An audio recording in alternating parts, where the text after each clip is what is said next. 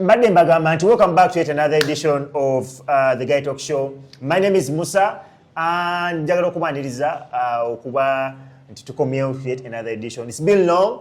Nenga mukimanyi tubadde mu Ramadan. Mwebale kusiiba, mwebale kukikola.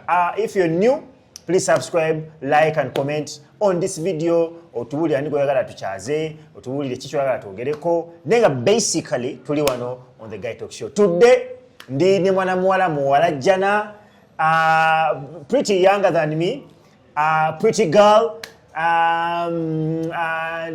bingy. I don't know how best to describe her, but we found her as very much important to be on this set, ashayengeko nafe with her knowledge. She is into media, she is also a podcaster, she is a YouTuber, she's a TikToker. So yeah, we found it wise for us to have her on the show.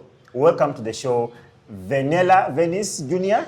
Vanela, or you can call me Venetius. Okay, most people call me Venetius Junior. Yeah. Venetius Junior. Venetius Junior. Oh, chitegedde akiraba.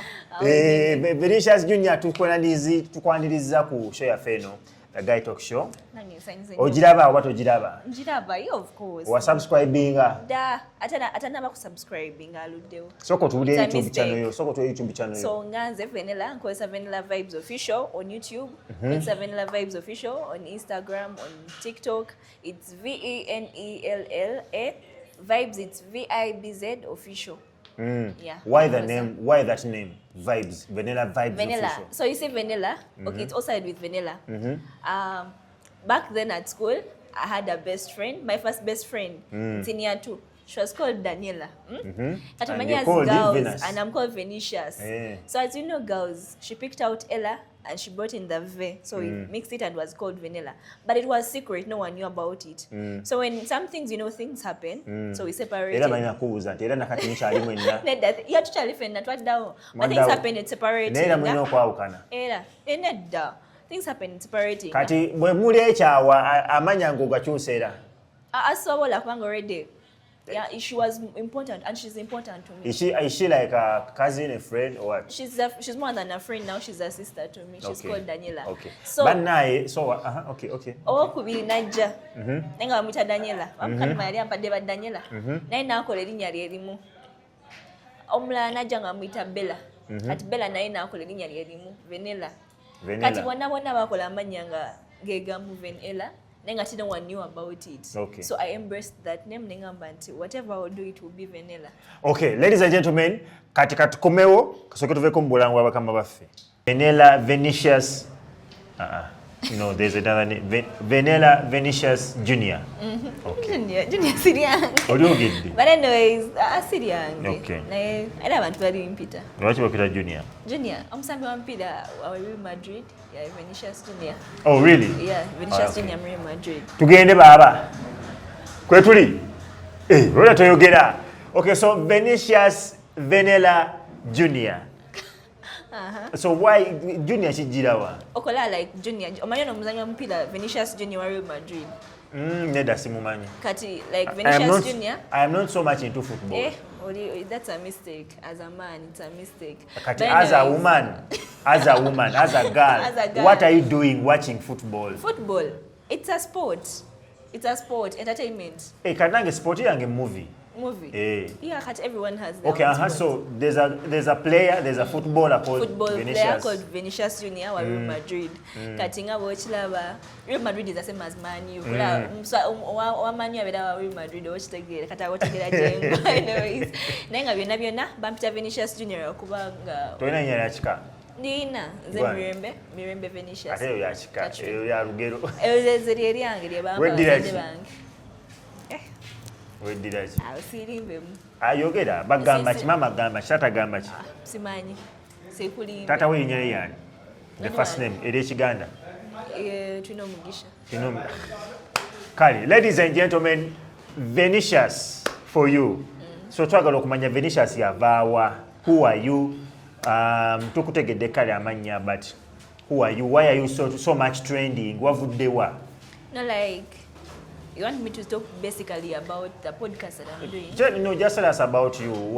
Me as a person. How do like why are you trending? Am I trending? I'm why are you trending interviewing boys? Because we know if you're interviewing boys, we're not interviewing girls. Yeah, both, all of them. Okay. Yeah. Boys, like girls are not so much into like upcoming artists. Most of them are in the male side. Yeah, that's why we get more of the males than the females. But anyways, I'm trending because of the interviews I'm doing right now on Vanela Vibes Official. It started way back then. Actually, kusomero manyi try to call last course gram. Nali mbikola ku Lakeside College Zura. Wali osomera ku Lakeside College Zura. Yeah, nani somera ku Lakeside College Zura. Mwafunye 20 maker? 20 naito afunye 19. Okay, get 18. So, nenkolachi ntandika podcast nga interviewing my fellow students, interviewing teachers. Most people were against it, and it helped me advertise our school. And besides that, a number of students were like the social capital was built, not only them but also my social capital. When I stand because there is this thing of NBS youth voice. It came to your school? Yeah, no, we are advanced, we don't allow such. Muli advent or advent?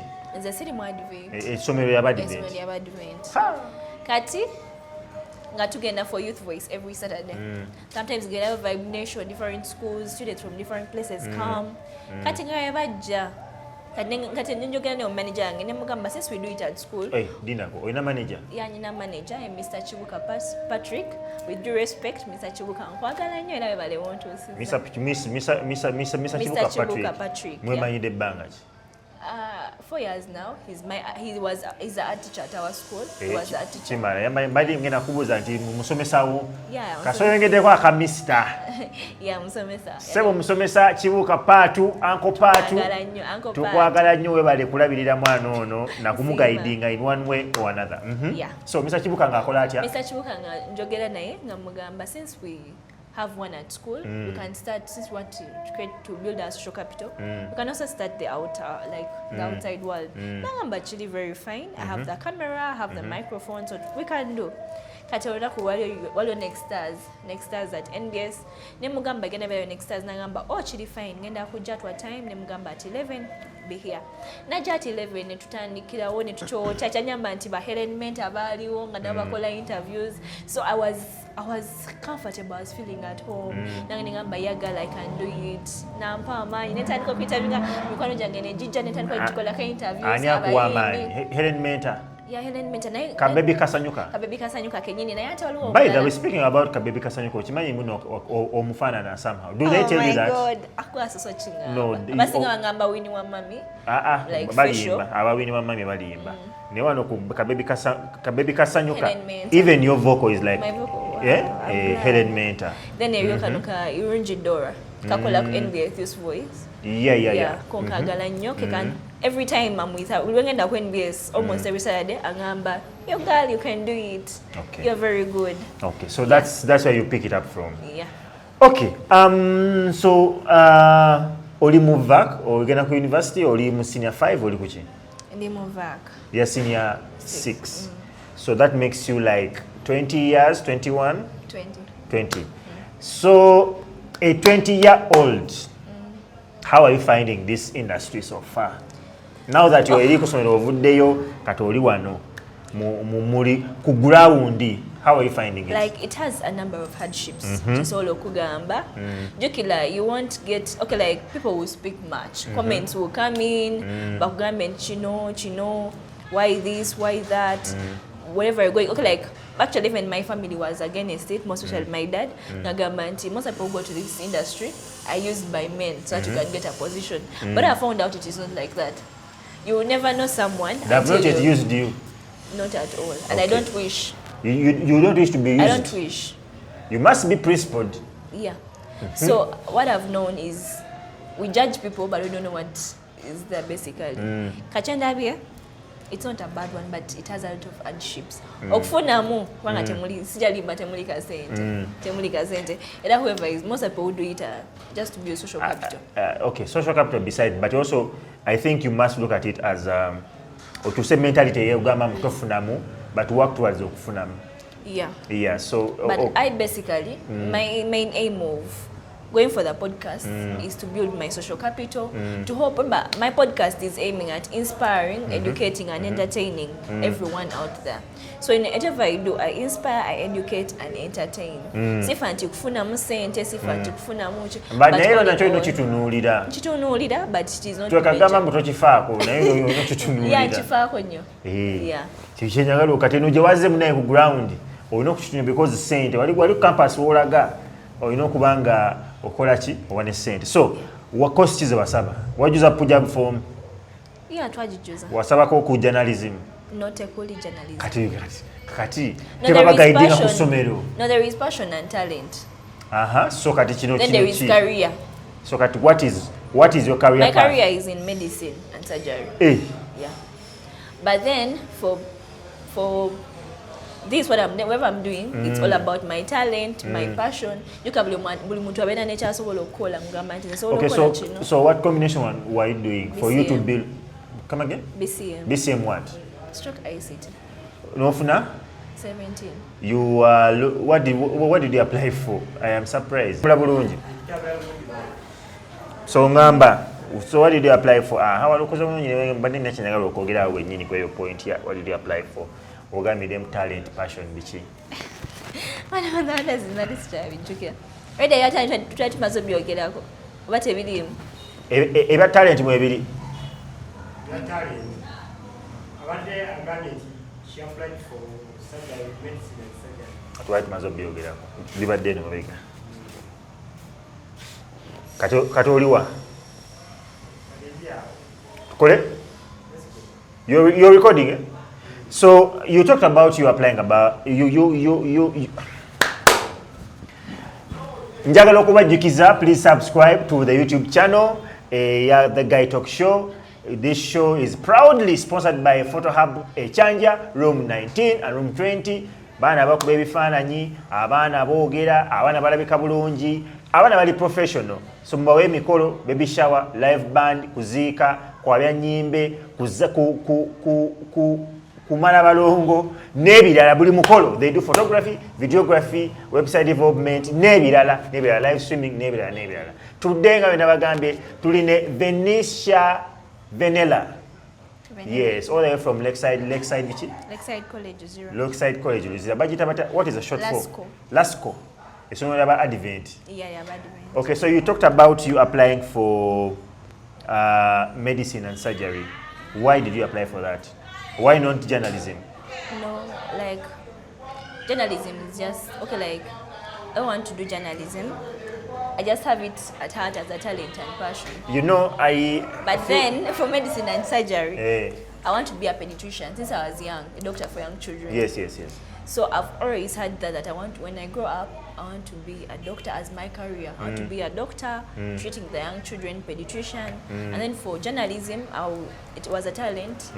I love interviewing people. I love public speech. Exactly. Okay. Yeah. So I want to give you a very good example with myself. Very many years ago, my father told me I have a thing for movies. For performing arts. I do theater, I do film, I do those things. So my dad told me to go for music, dance and drama, or drama and filmmaking at Makerere. And I was like, it's a passion. But later on I went for economics and statistics at Chambogo University.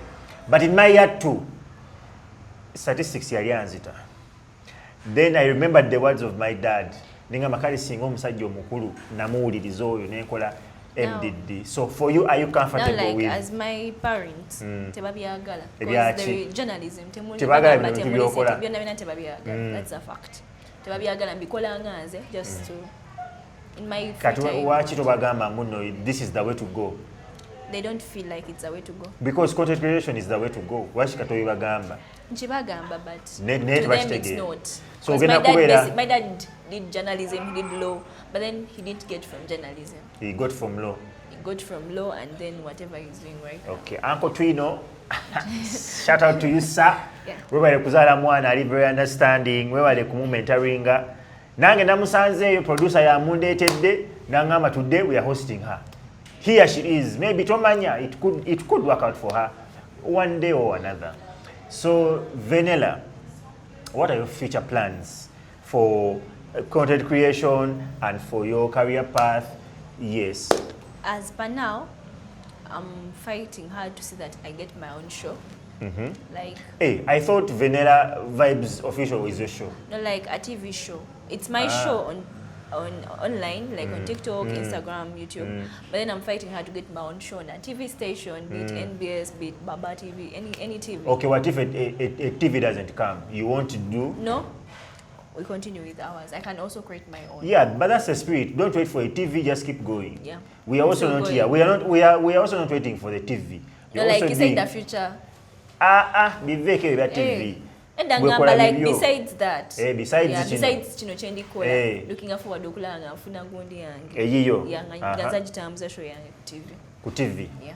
Nga area era mu in this line entertainment and what and what. Entertainment, exactly. Why don't you But think basically, I about? want the youth, so why do I? Why don't you think about something to do with your career path? Since you are looking at being a pediatrician, Pediatrician. why don't you look at something in that line?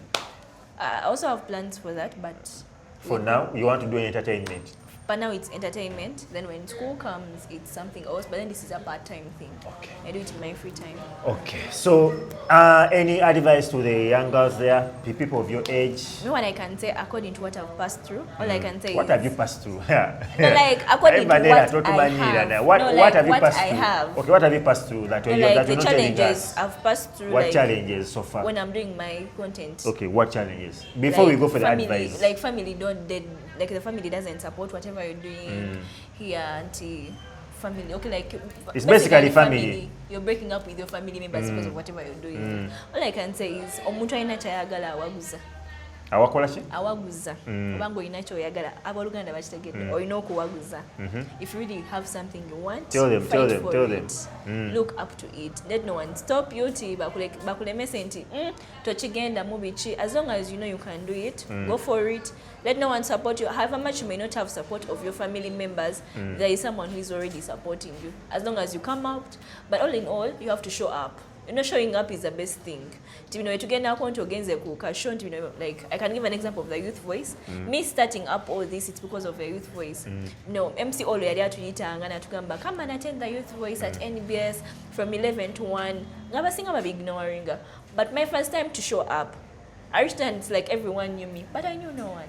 But I made friends to an extent that when I came up with my program, everyone was excited and they gave me the follows, they gave me the likes, they supported me more than my own family. So if you're there and you feel like you have something that you can do, just go. Let no one define your capabilities. Okay, Yeah. so I want to encourage and to request TV stations out there, media houses, Uncle Chris Wanobere of NBS, MC Olo, anyone who can help this young girl to join the media, because Omulaba yogeza a lot of passion, yogeza a lot of determination. Mumuyambe asobola okuba nti fulfilling her dreams. My name is Musa and we are shooting this from Photo Hub Chanja, room 19 and room 20. Also, very importantly, Musa Adventures is having a trip. This Easter weekend, we'll be going to Nairobi and Arusha. Please come, be a part of us. Thank you so much. See you in the next video. Thank you, Vanela. We're gonna be segmenting her.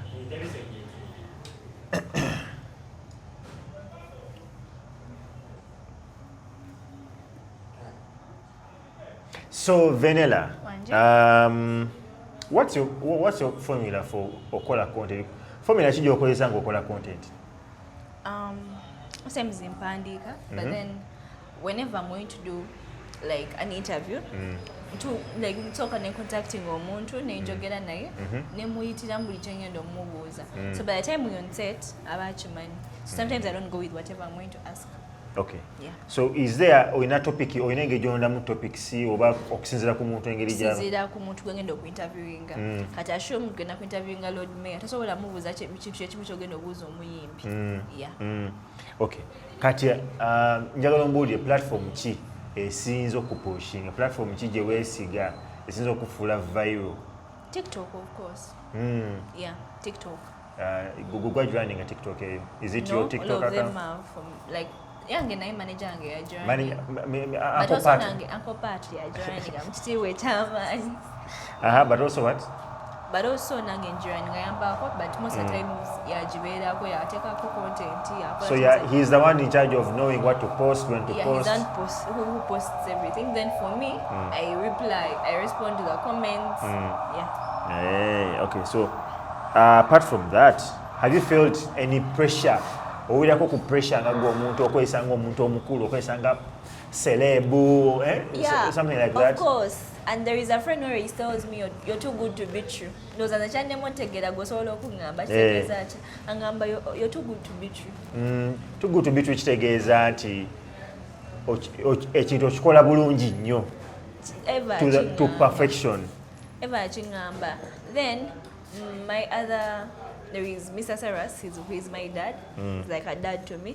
He always tells me age doesn't define maturity. However much you may be young, as long as you do something best, that's what matters, and that's what maturity means. Vanela, so is there anything that happens behind the scenes that if we got to know would be in shock?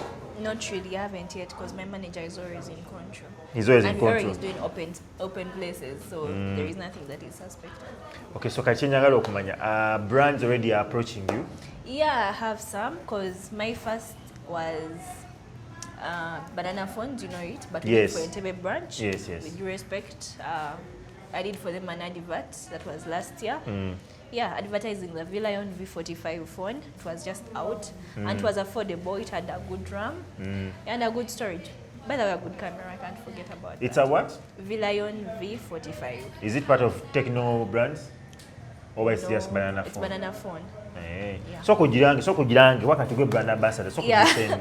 Kata like everyone out there. Uganda kosa ko ku Uganda. Yeah, Uganda. Hey. Kale. Go mirembe. Nze mirembe. Siri Muganda. But anyway, yegenda ko eso Uganda. Jogera kusimulia Villayon V45. Mwena wenoli ngoliya nga tonafune simulia Villayon V45 genda ko maduka ga banana shops eliyo mu town, then Entebbe branch, the different branches. You can also check them out on their social media platforms, ku TikTok, Instagram, YouTube, Facebook, it is the Banana Phones of Masimu Amalunji. At affordable prices, Masimu Amalunji with a good RAM, good camera, good storage. Villayon V45 it's very affordable. And this time that we are in Easter period, Kali sijja kumala. Kati, do you think Uganda as Uganda supports young creators like you? Yeah, it does, because it does. Why do you say so? A number of programs have come up, and besides they're not limiting us. You know, it being that there is free access. So do you think Uganda as a country supports young creators, or it's just concentrated on the big creators or the influential creators? Because we saw the likes of Kasuku, Publicity Natete, Lil Puzzle, and other people that are in that line. Do you think Uganda supports young creators? I don't think it supports young creators. I think it only supports the bigger, like those older creators, like the Kasukus, as you've said. But as for the young ones, they have a money, a singer. Fine, now have money doing about Zaira Baby. But they're not supported by but also Zaira is like a big creator. Okay, she's a big creator, she's not why young in the sense ntino mwekana? Okay. Young as in young in the industry. The industry. I don't think it supports them. So at least no platforms ezizenga wendaba I know next media and next creator. Yeah. So do you think that is also like support of someone? By the way, to remind you to Next Stars NBS has come up with things like the Next Stars, Next Creator. Because these young creators to also be known in the industry, to push and go somewhere So what happens at Next Creator and Next Stars? So at Next Stars, it's a platform for the young, like for the people who are out there. So for Next Stars, you go and post, like you post something about that day. You tell them, okay, like you register. Is it like an app? Yeah, it's like an app. So as you're registering yourself, you put in your information and what basically you do as a youth, because it's all about the youths. So as you put in, those guys at the NBS help you when you go, okay, like we have gatherings at the Next Stars. So when the Next Stars gather, they help us. Like, remember, you already registered. So as you as a person, they call you. Okay, they not call individually, but they put you in groups. They like counseling, advising you. So So like mentorship. Mentorship. Okay. And they give us the platform. They when you go for the next stars, they give you the stage. So it's open. Go there, perform, let everyone see you and Be known. be known. Okay. Yeah. So are you like already subscribed with them? Yeah, I'm a next Chikolera. star. I'm a next star. Wanjinyabo. The next star. So they came up with that word next star. You have to be a next star. Yes. Yeah. So kachenjagala okumanya Vanela.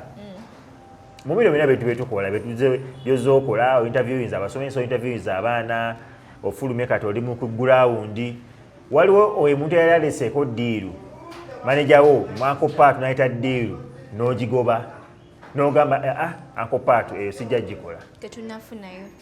okakasa Tetunafunayo. oba anko part yazigoba nagamba kati engeri gyotabifuna ye gyotetuka keno you think anko part alabika azigobereyo Cheka jeziriza agoba, but as per now we are welcoming different reasonable. What do you mean reasonable? Like waliwo abantu abajja naye nga they're just there to pass time. Oba just maybe adaga just ku meeting as a person. But tali chamanyi kyada kugamba nga tali chamanyi. Kati aba ku meeting as a person era anko part of omugamba. Of course they pass through him to reach me. So nze namusiba tegeera. Enamba ezirikuliza anko part. Za anko part. Anko part ekitunga kyefuze nnyo Kwa ye manager. Ye manager. Yeah. Oli comfortable with it? I'm very comfortable with it. Kale. Kakati so abantu soko bahandozzo. So Wakusanga. Abanjagala bona for all those who need me, you find me at Vanela Vibes Official. VENELLA VIBZ Official on TikTok, Instagram, YouTube. Jemba Munsanga. It's Vanela Vibes Official. Kakati Vanela oli mwana muto ine myaka 2 wakava ku high school oli mu competing n'abantu nga bakasukuluzu Beda Simon Official abantu abo we batyo kiki kyomanyi kyebatamanyi oba bo kiki kyebamanyi gwe kyotamanyi sijagamba nti teri kyesimanyi kyebatamanyi teri kyesikola kyebatakola kyebatakolangako but it's all about how you do it nkikoze ntya nina kikola mbasingeko that's like kyesobola okukola sobola okikola nembasingako that's what matters. It's about my capacity and my capability. Exactly. It's about quantity. It's about quality, not quantity. Sorry. Wabajiri. No. Osinga kwepikirani mu industry. Ogamba. Sijagamba nti nepikira omuntu. Akagundi kasobola. I'm not here to compete, but I'm here to produce the best. But the world is meant for competition. You cannot just be there not to compete. You must compete. I'm giving quality, not quantity. Okay, between me and you. Ani ogamba nti olina ebyakola mbisobola. Alan Cruz. Of course, I mu industry. Katani. Nyizokola ekintu nemusingako. Otya. Olwokuba oli ku next engeri gyekikoze not being that, but I'm a next star. The next star ngenda kikuba anytime from kati anti soko ombuli ani gwe wepikira mu ba TikTok oba ba YouTuber ani gogamba nti si kwepikira nti omwagale ani gwe wepikira like omuntu gwenjagala oku okay who is your inspiration? Who inspires you in this whole thing of creation? I have to. Yes. Itania, I think I chikola muku energy, and you feel like. Itania. Life of the party. Life of the party. See, aina event. Bajitashi. She has an event happening. Event kata inspiration ngatumanya event. Inspiration yange ngatumanya event jalina. And event indala banga I don't party in such. How do you hang out? But her podcasts. How do I hang out? How do you spend your free time? I do my interviews, podcasts, then I go to the resorts with my friend. Your friends? Friends. You chill around. Yeah. You don't know how to edit videos. You don't dance. You don't swim. You don't travel. You don't. I do public speech. It's my best. That's Traveling what you do. is once in a while, yeah. But public speech covers it all. Yeah, so another one is Irunji Dora. She works at NBS for you. So she covers everything. Irunji Dora is always there telling me you can do it. Musajja inspiring. Musajja inspiring. Kwezi Patrick. Because this is the guy talk show. Yeah. You know where Musajja inspiring. Kwezi Patrick, you're Kwezi Patrick akola ki? Akola ku NBS ate akola mu movies. Kwezi Patrick. So for him, never inayo kagigi konna angamba. Come. Hello Venetius. Walo kagigi kano. Come okole kuche ofune content. Yeah. Okay. So, what parting shots? What is the advice you give to a young girl like you who is fresh like you, who wants to start this? Nenga ali stuck tamancha kola, nga ali stuck with criticism because you talked about your family okubanga tebabyagala. What does your mother do? Sorry to ask. Oh, my mom is a cadet PO. She's in prisons. She works in Chitalia prisons. Oh wow. Yeah, she's a cadet PO. Yeah. Ndowooza mukitegedde omwana mumuleke omwana w'omukazi mumuleke. Even daddy works in Masindi, is a cadet PO. Ye bannange. And is a lawyer. Sebo Mr. Twino. With all due respect. I have two fathers and another daddy of mine. He is a manager with Really Packaging. Really Packaging. Yeah. I know Really Packages. We've done some work for them. Yeah. So, how do you handle this criticism? I know daddy is yes, mommy is yes. So how do you handle all this pressure? One thing I can say, my family background, or my family, or my friends around, other people around me, do not define who I am and do not define my capabilities. Come again on that. Your family. My family. And your my family background. Uh-huh. My friends and the people around me. All the ones do not define my capabilities. But then what I do best defines who I am and my capabilities. Kumutima.